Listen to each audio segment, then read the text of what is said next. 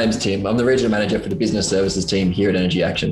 This is the fourth video in my series on energy market insights. One of my previous videos, I broke down a large market electricity bill, how you can combat some of the charges. Today, I thought I'd change tack slightly. Unfortunately, today I'm coming to you from New South Wales, which of course is in lockdown, which if extended could mean a shift in market pricing, as we saw during the earlier stages of the lockdown in 2020. There's a lot that happens within the market that businesses can't control, yet has a dramatic impact on your bottom line. Over the last few months, there's been a number of events within the market which have garnered national coverage, as well as some which were tucked away in the middle pages of the Fin Review.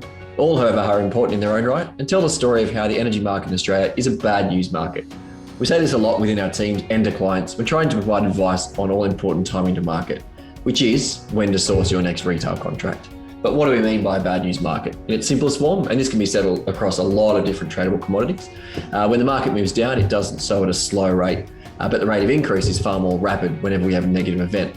As an example, a couple of the most publicised events in the last couple of months, the explosion at the Callide C power station in Queensland that cut power to large parts of the state with a continued delay to the unit being fixed. In fact, the expectations at the moment is that it won't be up and running until December 2022. In June, the Lorne power station and coal mine in Victoria was also damaged from flooding, which powers more than a fifth of the state's energy.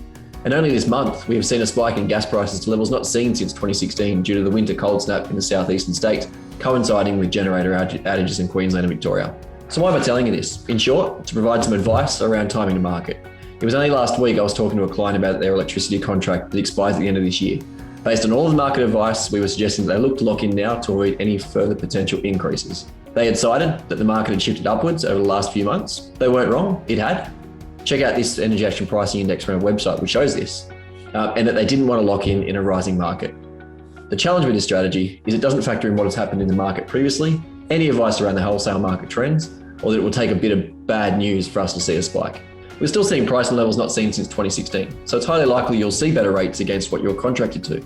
So locking in when you can guarantee a saving is the best strategy. The other option is to hope you see a decline. As the saying goes, hope is for church.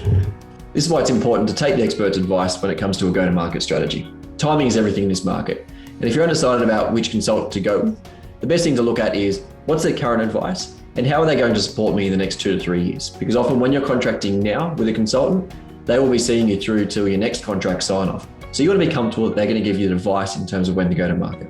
Too often we hear that clients lock in contracts with a consultant and then they don't hear from them for the next 2 to 3 years. So they only lock in their next when they have to, when their contract's due to expire. It's important that you pick somebody that you trust and you pick a consultant that will see you through for every step of the way. Thanks again for your time, and I look forward to sharing more insights in a couple of weeks' time.